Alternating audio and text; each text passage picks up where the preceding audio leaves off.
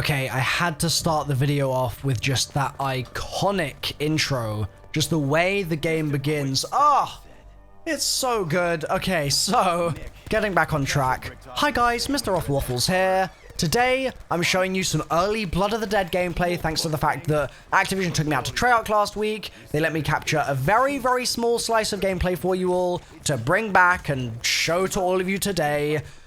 I've got to stress, right at the beginning of the video, the Easter eggs were turned off, so you don't need to worry about any Easter egg spoilers in this video because Treyarch have said themselves they turned them off. So we're all clear on that front. Now, the way that this is all working is that I've got videos up on my channel for the other maps as well. That's Voyage and 9, and so if you want to get a look into the Chaos story, those two videos are both early gameplay, they're up right now, and they're the ones that you should be checking out. However, if you're more of an Ether story kind of person, if you're interested in maybe where Primus is going to be going in the next map after this one, or even if they're going to get to a next map, or if they're going to die here, then this is probably the video for you. So, here's the thing about Blood of the Dead, okay? I'm going to give you a little sort of story tidbit here, and then we'll talk about gameplay in a minute or two, okay?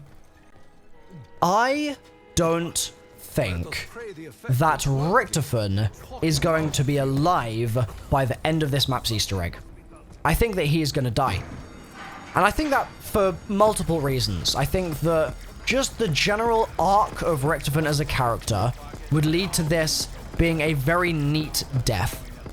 Also, there's a lot of hints that we saw, for example, in the trailer earlier today, the music video sort of thing for Blood of the Dead, which really hint in that kind of direction in my opinion. There's also this weird gem thing where he reaches into the lake, and there's some symbolism there that I think also gives credence to this idea. And then in game as well, just those character conversations, man, they're kind of harrowing at times, and I really do think that Richtofen's time might have come. And we see it in that one loading screen as well from the Zombies comic in Season 1, where our well-known Richtofen, Primus Richtofen, is nowhere to be seen, and instead Ultimus Richtofen is with the other members of Primus, and they're going to the house together. Like, what if our current Richtofen from Primus dies, Ultimus one has to step in from Classified, and then he basically goes back to the house to pay homage to his sort of superior Richtofen almost, the Richtofen that tried his best to set things right. Like, that would be so emotional. Anyway, I'm getting sort of off topic here, just a little bit. Let's zone back in and hone back in on Blood of the Dead. The way the geography of this map works is that you spawn in an area that is new. You spawn in an area that you have not ever even smelled before, okay? And it's sort of made up of three main areas. It's the spawn itself, and then it's the above ground area where you sort of go up to from the spawn, and then there is a slope down on either side which takes you to the power switch or to the first doghead, depending on if you go left or right. But it's, for the most part, the same sort of area. Then, to get to the part of the map that you're familiar with from here, there's a new catwalk, and the catwalk is really, really cool. Like, seriously cool. The first time I played this, and you'll see this in my first reaction, I was screaming my head off because I didn't know what was going on. I started going on the catwalk, arms started flying out of the sides of it like I was literally in purgatory, which I guess makes sense. And then you see Brutus just dropping down and saying, hey, hey, hey, let's give our friends here a nice Alcatraz welcome, spawns a load of zombies and dogs in on you. Like, it was chaos, man, but I loved it. I really, really loved it. And just the aesthetic of that area, like, you're walking through and there's fire and there's this sort of weird obsidian black rock. I mean, it's called The Rock for a reason, right? But there's this just sort of torn rock everywhere, and the glow on the rock looks so cool. And it just makes me want to know even more about this place. Like, you know, in a film or something along those lines, maybe in a comic, when you see an area that might have been teased in the past, and you just get a glimpse of some stuff that just gets your imagination firing, I get that big time in that catwalk area of Blood of the Dead. which is a testament to the fact that they've done a good job in the world building there. Now, you get across to the part of the map that you actually know, and things are very much the same. It really just does feel like Mob of the Dead.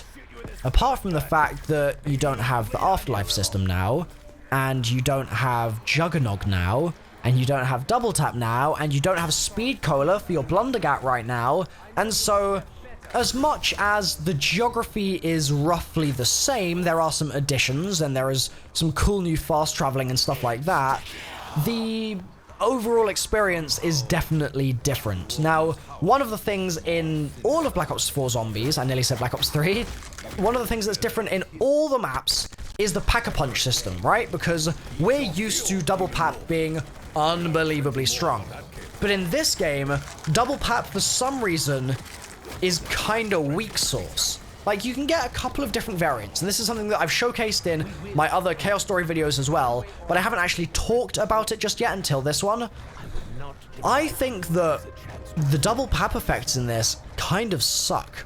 And it's a shame because I really liked them in Black Ops 3, but people did say that they were too OP, and so I think that Treyarch have basically seen those comments about them being OP and said, okay, well, in that case, let's just not do that at all. Let's make them really, really weak. But I feel like that just takes away from the entire experience as a player, and I want to be tearing stuff up at the end of the day. That's something that I really enjoy doing, and if the only abilities I get are like a little electrocution on one zombie every 30 seconds, then it's just like, why am I doing this again? So the double pap, I think, is something that they could definitely afford to tweak. I do, however, think that the pap camo on this map looks really cool. That was something that we didn't see at the capture event, and I think it's awesome. Now, there's another thing that I've just remembered I have to talk about in this video because, I mean, it's going to be all over my gameplay, and it's just got to be mentioned. This katana, the Path of Sorrows, is incredible. It's phenomenal. It's exquisite. It's profound. It's delightful. It's tantalizing. It's electric. It's fun. It's just so much fun. Treyarch have done a really, really good job here with this particular weapon because, like I've said in my other videos, there's a bunch of specialist weapons in this game, but some of them just have absolute mountains more kind of class and more character than others. And so, for example, something like the Ragnarok DG5s, I think that those are kind of the middle of the pack because I think that they're cool, and it's quite funny seeing a character kind of bouncing up and down, doing that slam animation over and over again. That's always an enjoyable one. But the Path of Sorrows specifically makes you feel absolutely incredible when you use it.